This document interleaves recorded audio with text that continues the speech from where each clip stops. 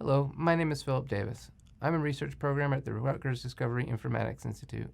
Today, I'll be talking about developing large-scale scientific applications for high-performance computing, or HPC, platforms. We've discussed how scientific computing has become an important tool for researchers across a wide range of scientific domains.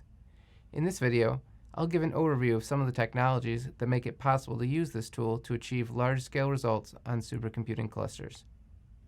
A modern supercomputer is typically a massively parallel machine. This means that it is a collection of hundreds or thousands of smaller computers referred to as compute nodes. Each of these nodes is usually a powerful computer in its own right, containing many processor cores and a large amount of memory. Additionally, supercomputer nodes may have one or more GPUs for performing single instruction, multiple data, or SIMD calculations at extremely large scale. A compute node may also contain high-speed storage, such as NVMe, to provide node local storage or scratch space. Compute nodes are usually connected using a very high throughput, low latency network that allows remote direct memory access between nodes. This type of memory access, shortened to RDMA, allows a collection of nodes to operate as one single supercomputer. A supercomputer also generally includes a parallel file system that can quickly provide data to the compute nodes and ancillary service nodes used to administer the computer, schedule jobs, and interact with users. Because supercomputers gain their capabilities by combining the efforts of many processors across many nodes, writing programs that make efficient use of supercomputers requires understanding parallel computing methods. There are many facets to parallel computing, and which to use will depend on the application as well as the system the application is running on. In this video, I will discuss multithreading, multiprocessing, and GPU acceleration. The first aspect of parallelization I will discuss is multithreading. When using multithreading, a single program has access to many processor cores. Each of these cores runs a different thread of execution, and every thread has access to the data in the program's memory. This shared view of memory can make multithreading very efficient, as there is no need to transfer data between threads. However, this blessing is also a curse. A programmer writing a multi-thread program must be careful to prevent simultaneous access of memory from corrupting results. For example, suppose different threads wish to update the same value.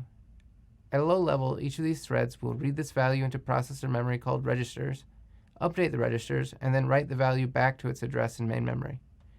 If the second thread reads the value from memory after the first thread has read it into its own registers, but before the first thread writes the updated value back to main memory, the second thread will overwrite the value the first thread wrote, leading to different results than if the two threads can be executed sequentially. This type of condition is an example of a concurrency error. To avoid this type of error, multithreading libraries provide concurrency controls, such as locks, that a thread can acquire before entering a segment of code, preventing other threads from proceeding until the first thread releases its lock. While concurrency controls can prevent concurrency errors, they also can greatly reduce the efficiency of the parallel program if misused. Because many parallel operations that the developer of a program will use follow known patterns, language constructs have been developed that simplify the deployment of these patterns without requiring a thorough understanding of concurrency controls. The most common of these is OpenMP. OpenMP provides, among other things, a simple way to tag loops and other constructs so that iteration of the loops are distributed across processor cores instead of being executed serially.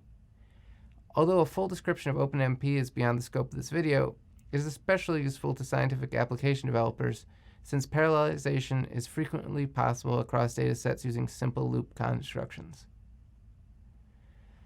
A second aspect of parallelization that is especially relevant to high-performance computing is multiprocessing. This involves launching multiple copies of the same program. This can range from running a few copies on one computer to running thousands to millions of copies across the compute nodes of a supercomputer. Each copy of the program has its own memory space and cannot access memory in a different copy without explicitly transferring data between copies. For a small-scale application that can run on a single node, this may be less efficient than multithreading. However, it is not possible to run a multi-threaded program across multiple compute nodes, and additionally, managing concurrency controls across a large number of threads can be daunting. Reducing communication between processes, called interprocess communication or IPC, down to a structured set of interactions simplifies the design of the program and makes it feasible to create extremely large-scale parallel programs. This paradigm is most popularly developed using a software library called the Message Passing Interface, or MPI. MPI is near universally supported in HPC environments.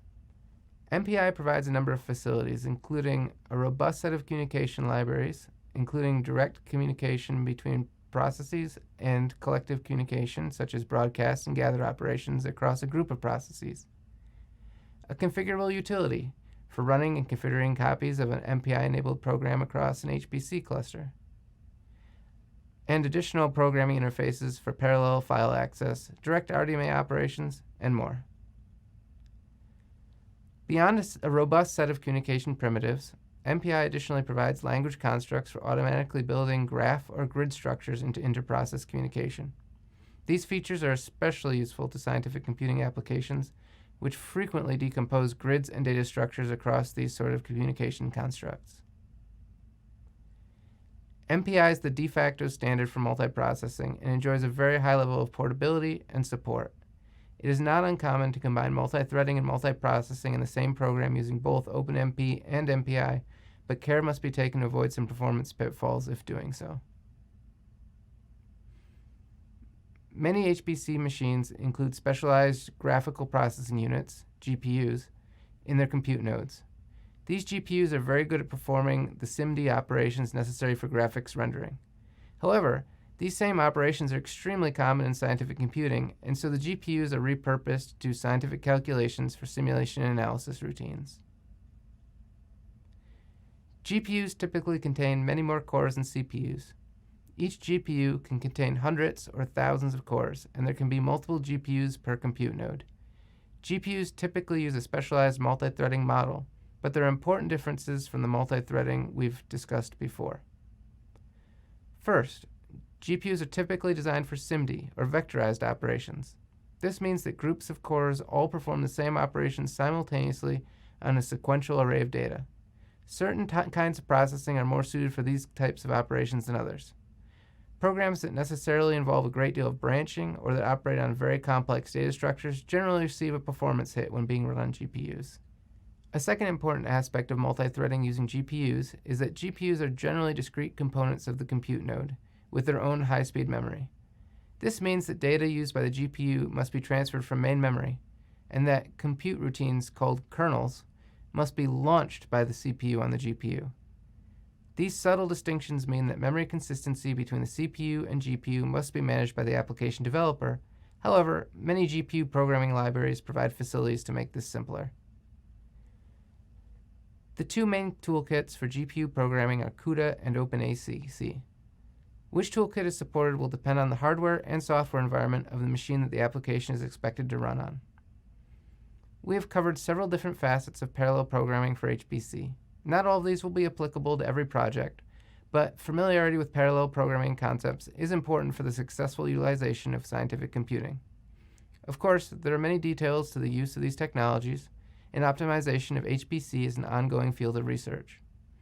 HPC software development is an area where computer scientists and domain scientists can collaborate to create exciting and innovative results.